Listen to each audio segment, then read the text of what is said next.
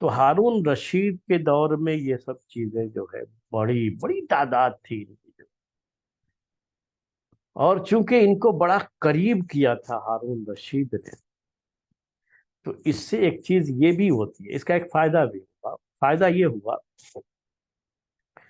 کہ اب لوگ کیا ہوتا ہے دیکھتے ہیں نا کہ بھائی ہم نے یہ کیا، یہ کورس کیا، تو اس کورس کی بڑی ویلو ہے، اس کورس کی وجہ سے دیکھو کتنا جو ہے بادشاہ کے قریب ہو گئے، خلیفہ کے قریب ہو گئے، اور ان کو کتنا جو ہے نوازا جا رہا ہے، ہم بھی کریں گے تو ہم کو بھی نوازا جائے گا۔ ہوتا ہے نا، جیسے آج کل آپ پڑھتے ہیں، مختلف کورس کرتے ہیں، تو اس میں کیا چیز دیکھی جاتی ہے؟ لوگ کیا دیکھتے ہیں کہ اس کورس کو کرنے سے ہمارے سامنے اس کی ویلو کیا ہے، ہمارے سامنے اس کے اسکوپ کیا ہے، کیا ہم کر سکتے ہیں۔ وہ آدمی سب کچھ دیکھتا ہے، کتنی عزت آپ کو ملے گی، اس کے کیا عہدہ ملے گا، کیا مرتبہ ملے گا، یہ سب دیکھا جاتا ہے۔ تو جب ان لوگوں کو، جو مختلف فن کے لوگ تھے، ہارون رشید نے بہت قریب کیا اپنے سے، اور خوب ان کو نوازتا تھا، حکومت کی طرف سے ان کو ماہانہ وظیفے جاتے تھے، یعنی آج کے دور میں کہنا ہو تو اسٹیفن کہہ لیجئے، جو بھی ہے، جو ان کو مہینے مہینے پیسے دیتا تھا وہ، اور اچھی خاصی رقم ہوتی تھی وہ۔ تو اب ہر آدمی کو خواہش ہوگی نا کہ بھائی میں بھی اس میں آگے بڑھوں، یہ میں بھی سیکھوں۔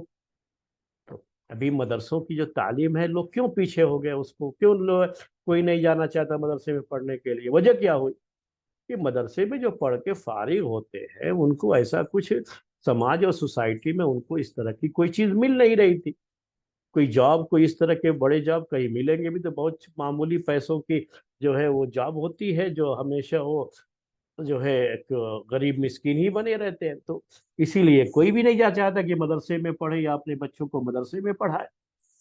لیکن اگر یہی چیز اس کی ویلو ہو جائے سماج میں، سوسائٹی میں، تو پھر ہر کوئی خواہش کرے گا کہ جا کر کے وہ بھی پڑھے، اس کو سیکھنا چاہے گا، مدرسے میں پڑھنا چاہے گا۔ تو آج ہر کوئی ڈاکٹر بننا کیوں چاہے، انجینئر بننا کیوں چاہے؟ انجینئر میں بھی جو ہے کچھ خاص یہ اس کے آئی ٹی وغیرہ کے جو یہ ہے، میں ان کے بارے میں کہنا چاہ رہا ہوں کہ جو ہے کیوں جاننا چاہ رہے ہیں کہ ان کو یہ نظر آ رہا ہے کہ یہاں جائیں گے تو ان کی اپنی ایک ویلو ہو۔ تو جو بادشاہ نے، ہارون رشید نے ان کو قریب کیا تھا، تو اس سے ایک اچھا پیغام یہ گیا کہ اگر ہم بھی اس میں کوشش کریں گے، بڑے عالم فاضل بن جائیں گے، تو ہم کو بھی بڑا مقام حاصل ہو جائے گا۔ تو علم اور دین کا علم حاصل کرنے کی طرف لوگوں کا رجحان بھی بہت بڑھا، مختلف علوم اور فنون کے اندر مہارت پیدا کرنے کی ایک کوشش بھی شروع ہو گئی، بڑی محنت شروع ہو گئی۔ تو اس لحاظ سے، علم کے لحاظ سے بھی یہ دور بڑا اہم دور مانا جاتا ہے ہارون رشید کا۔ تو اس لحاظ سے بھی آپ اس کو جو ہے ذہن میں رکھیے گا۔ اب میں آتا ہوں ہارون رشید کے دور میں جو ہے، ہارون رشید اس کا پورا جو ہے نسب کیسے ہے دیکھیے، عباسی خاندان سے یہ کیسے جڑتا ہے، میں اس کا نسب پہلے بتاتا ہوں آپ کو۔ تو ہارون بن مہدی، باپ جو ہے مہدی، ہارون بن مہدی بن منصور، منصور یہ سیکنڈ خلیفہ، منصور بن محمد بن علی، ہارون بن مہدی، مہدی یہ تھرڈ خلیفہ، مہدی بن منصور، منصور سیکنڈ خلیفہ، منصور بن محمد بن علی، یہ محمد بن علی، یہی وہ لوگ تھے جو عباسی خلافت کی طرف دعوت دے رہے تھے اور لوگوں کو اندر اندر بلا رہے تھے۔ تو یہ تو خلیفہ نہیں بن پائے تھے محمد بن علی، ابو العباس صفہ پہلے خلیفہ تھے۔ تو یہ محمد بن علی، اور یہ محمد بن علی یہ کیا ہے، عبداللہ ابن عباس رضی اللہ تعالی عنہما جو مشہور صحابی ہیں، ان کے پوتے ہیں۔ تو محمد کے والد کون ہیں؟ علی، علی کے والد ہیں عبداللہ ابن عباس، عبداللہ، اور عبداللہ کے والد عباس۔ تو یہ ان کا نسب ہے، اس طرح سے یہ عباسی خاندان سے ہارون جو ہے جوڑتا ہے۔ 148 ہجری میں، 148 کا مطلب ہوا 148 ہجری، 148 ہجری میں رئی ایک جگہ ہے، اس جگہ میں اس کی پیدائش ہوئی تھی۔ اس کی ماں خیزران تھی، جو اصلاً عرب نہیں تھی۔ اس کی ماں، نام سے ہی آپ کو سمجھ میں آ رہا ہوگا، خیزران یہ ایک لونڈی تھی اور اسی کے پیٹ سے یہ پیدا ہوا، یہ بھی اور اس کے پہلے والا ہادی جو ہے نا، دونوں خلیفہ یہ اسی خیزران کے پیٹ سے پیدا ہوئے۔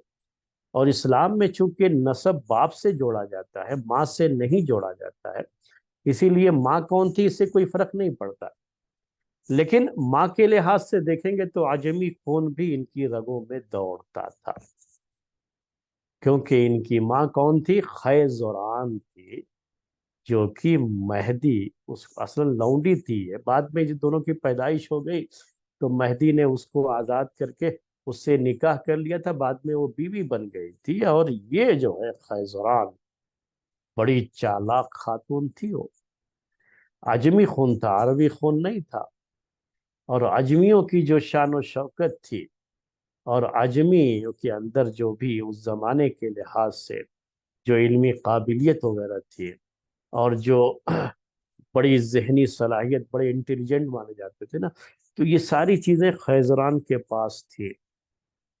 اب اس کے یہ کیا کم ہے کہ اس نے خلیفہ کو اپنی مٹھی میں کر لیا تھا۔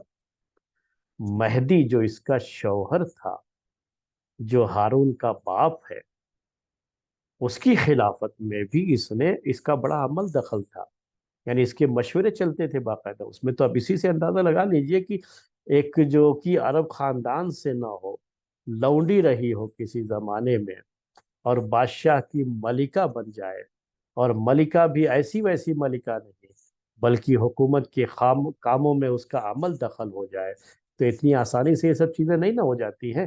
اس کا مطلب یہ کہ اس کے پیچھے اس کی محنت بھی ہوگی، اس کی صلاحیت بھی ہوگی۔ تو خیزران کا بھی اس سلسلے میں عباسی حکومت میں اس کا عمل دخل رہا ہے۔ تو یہی خیزران اس کی ماں ہے، ہارون رشید۔ اس کے بعد خیزران کے پیٹ سے جب اس کی پیدائش ہوئی تھی ہارون رشید کی، یہ بات نوٹ کر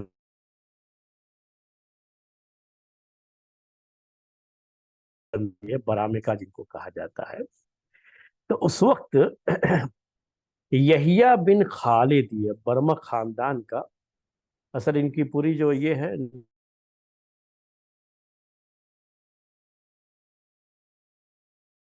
خالد بن برمک، تو برمک سے ہی ان کی تاریخ شروع ہوتی ہے عباسی خلافت کے ساتھ، اور اس کے بعد اس کا بیٹا خالد، اور خالد کا بیٹا یحییٰ، اور یحییٰ کا بڑا عمل دخل تھا عباسی حکومت میں ہارون رشید کے دور میں خاص طرح سے۔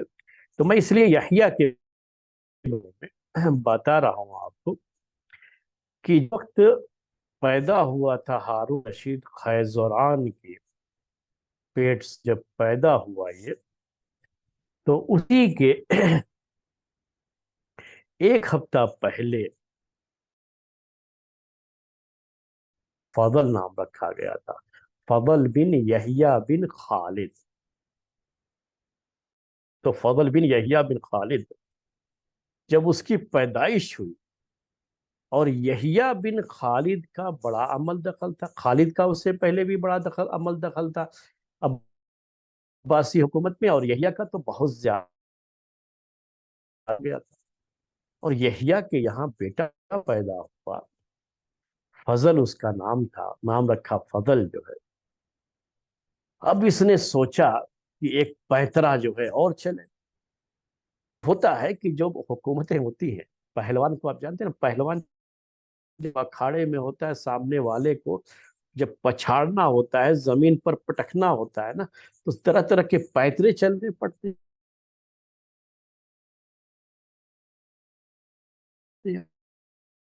یہاں ایک پیترا چلا ہوگی، اور دور خلافت کس کا ہے؟ یہ مہدی کا ہے، مہدی کا بیٹا ہے یہ ہارون۔ تو اب ہارون پیدا ہوا مہدی کے، اور یحییٰ یہ بھی جو ہے حکومت میں، مہدی کے دور میں حکومت کافی شریک تھا۔ تو اس نے سوچا کہ ہم کیوں نہ ساتھ ایک رشتہ، اب خون کا رشتہ تو بن نہیں سکتا، تو کیوں نہ دودھ، اسلام میں دودھ کے رشتے کی بھی وہ اہمیت ہوتی ہے جو بلڈ ریلیشن کی ہوتی ہے، جو خون کے رشتے کی ہوتی ہے۔ جو نکاح میں حرام ہونے کا جو مسئلہ ہوتا ہے نا، محترم ہونے کا یا محرم ہونے کا، تو یہ جو ہے دودھ پینے کا رشتہ ہوتا ہے، اس میں بھی ویسے ہی جو ہے وہ رشتے محترم ہوتے ہیں جیسے خون کے رشتے میں محترم ہوتے ہیں. یہ ہے حدیثوں میں یہ بات ہے. تو بہرحال یہ ان لوگوں کو یہ چیزیں اچھی طرح سے پتہ ہے. تو یحییٰ بن خالد نے ایک پیترا کیا چلا یہاں پر کہ کیوں نہ جو ہے عباسی خلافت کے خاندان سے ہم اپنا دودھ کا رشتہ جوڑ دیں. تو یہاں یہ جو ہے تجویز رکھی، یعنی یہ بات رکھی گئی مہدی کے سامنے کہ بھئی تمہارے یہاں جو ہے ہارون پیدا ہوا ہے اور ہمارے یہاں بچہ پیدا ہوا، یہ کہ ہمارے یہاں بچہ پیدا ہوا ہے اس کا نام اس نے فضل رکھا، تو فضل. تو یہ فضل اور ہارون جو ابھی نئے نئے بچے ہیں، نیو بورن، ان کو کیا کیا جائے؟ دودھ پلوا دیا جائے. یعنی خیزران جو کی ماں ہے ہارون کی، اب اپنی چھاتی سے یحییٰ بن خالد کے بیٹے فضل کو دودھ پلا دے، اور جو فضل کی ماں ہے یحییٰ بن خالد کی بیوی، وہ اپنے جو ہے سینے سے آن سے وہ ہارون کو دودھ پلا دے. بات ہوئی اور ہو گئی، بات یہ ہو بھی گئی. اور اس طرح سے ہارون کی ماں نے فضل بن یحییٰ بن خالد برمکی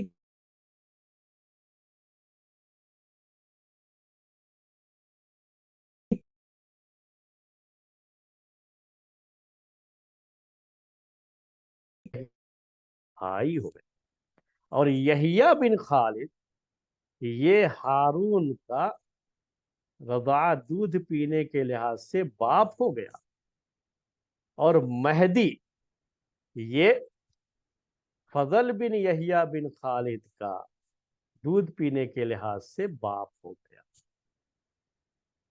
یہ رشتہ اس طریقے سے جوڑا گیا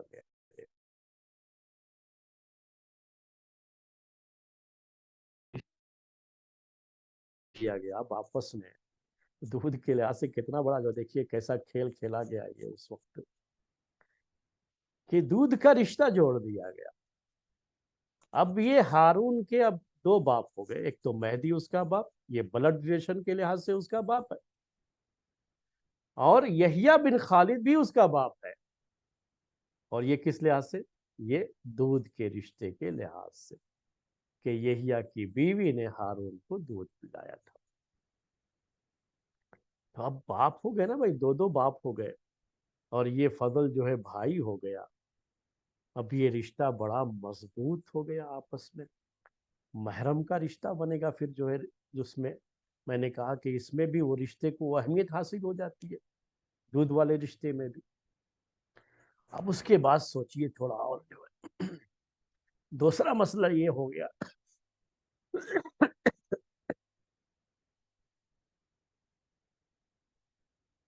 کہ ہارون جب بڑا ہوا، پڑھنے کے لائق ہوا تھا، تو اس کا استاد یحییٰ بن خالد کو بنایا گیا. سوچئے ذرا اس کو بھی.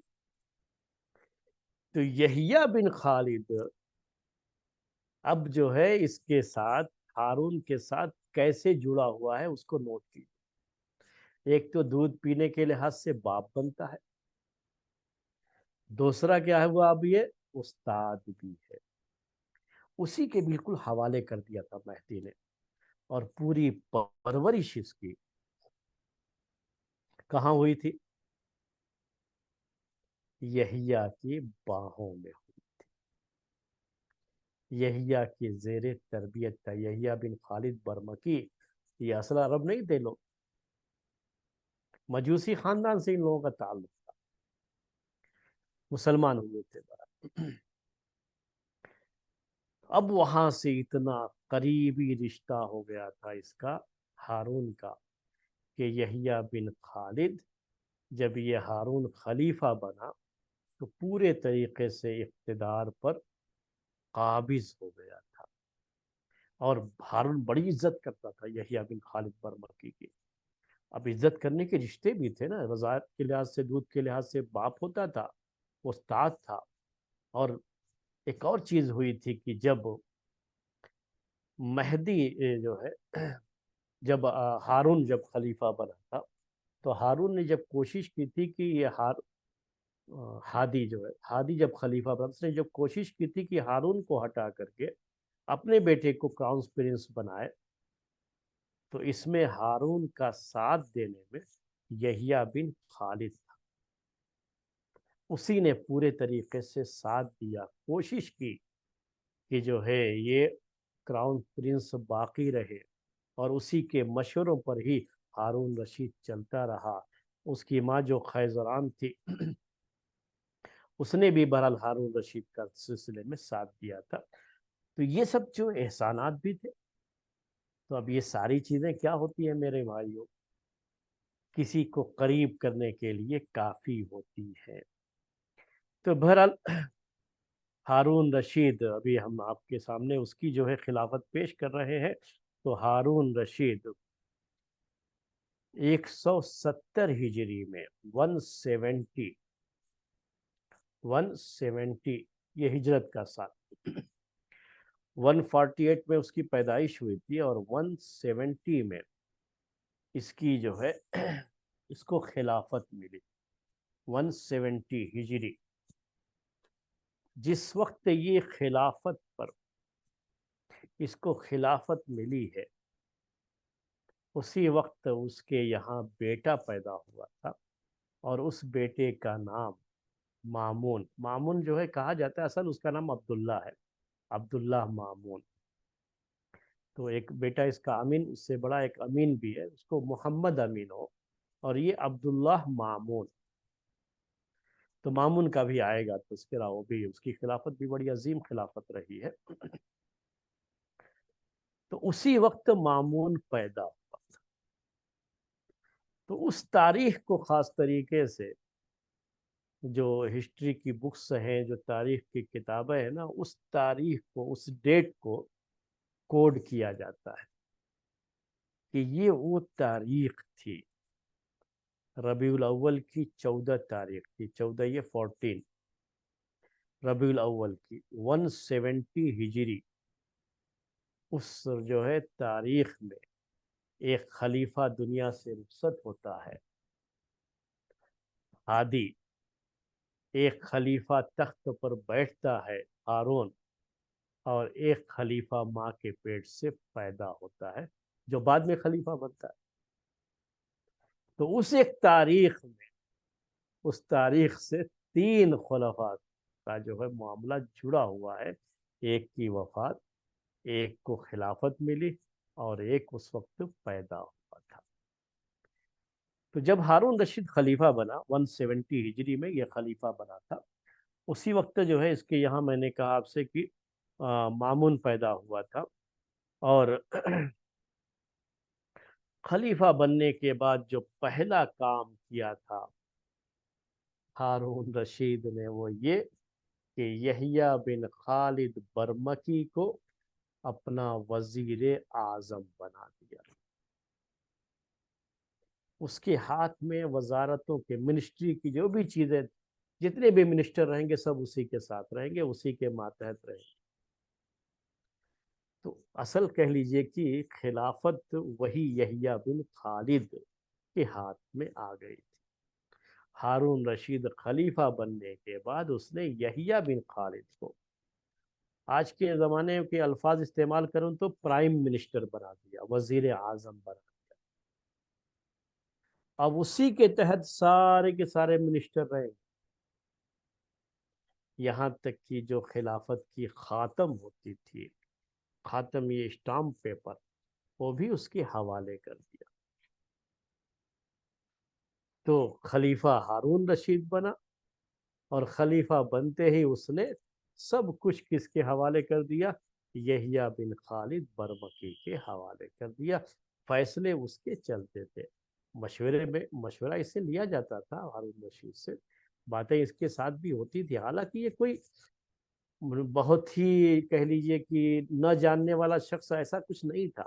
ہارون رشید، میں نے بتایا آپ کو کہ مہدی کے دور میں ہی مہدی کو یہ اندازہ ہو گیا تھا کہ ہادی کے مقابلے میں ہارون رشید یہ زیادہ صلاحیت رکھتا، اور جس کام کے لیے بھی بھیجتا تھا اس کو، چاہے دشمنوں سے مقابلے کے لیے میدان جنگ میں جانے کا معاملہ ہو، یا مختلف جو ہے علاقوں میں گورنر بنا کر کے جو بھیجا، تو اس نے جو اپنی حکومت کی جو صلاحیتیں ہوتی ہیں حکومت چلانے کی، اس کے جوہر بھی دکھائے تھے، تو اس کے اندر خود بھی صلاحیت، لیکن اس نے یحییٰ بن خالد برمکی کو بڑا مقام دے دیا، اور سب کچھ ایک طرح سے کہہ لیجئے کہ اس کے حوالے کر دیا۔ ہادی نے جب اس کی ماں خیزران، ہادی جو پہلے اس سے پہلے خلیفہ ہے، اس کی ماں خیزران اور یحییٰ بن خالد برمکی، ان دونوں نے جب ہادی کی جو خواہش تھی کہ اپنے بیٹے کو کراؤن پرنس بنائے، اور ان لوگوں نے مخالفت کی تھی اصل میں، اور یہ لوگ ہارون کے ساتھ رہے، جس میں غصہ ہو کر کے ہادی نے خیزران، جو کہ بہت حد تک مہدی کے دور میں یہ لوگ اس وقت بھی تھے، حکومت کے کاموں میں حصہ لے رہے تھے، لیکن ہادی نے ان کو سب کو الگ کر دیا، کیونکہ غصہ ہو گیا تھا ان کے اوپر، تو ان کے ہاتھ سے ساری چیزیں لے لی تھی، اور ہارون خلیفہ بنتے ہی نہ صرف کہ ان کی ذمہ داریاں ان کو لوٹا دی، بلکہ ہول جو ہے سیل میں، یعنی کہہ لیجئے کہ تھوک کے بھاؤ میں ان کو سب کچھ جو ہے، ہول سول جسے کہا جاتا ہے آج کی زبان میں، انگلش میں جو ہے، تو وہ سب کچھ جو ہے ان کے حوالے کر۔ اب اس کے بعد حکومت چلتی کیسے ہے، کیا ہے معاملہ، آگے کیسے بڑھتا ہے، تو انشاءاللہ آگے درس میں وہ باتیں آپ کے سامنے آئیں گی۔ آج کا درس ہم اسی پر ختم کرتے ہیں۔ سبحانک اللہم و بحمدک، اشہد ان لا الہ الا انت، استغفرک و اتوب الیک۔